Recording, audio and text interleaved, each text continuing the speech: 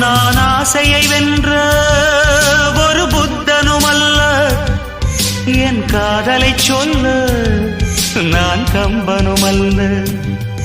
உன் காது கடித்தேன் நான் கனவினில் மெல்ல, இன்று கட்டி அணைத்தேன் இது கற்பனை அல்ல. அடிமை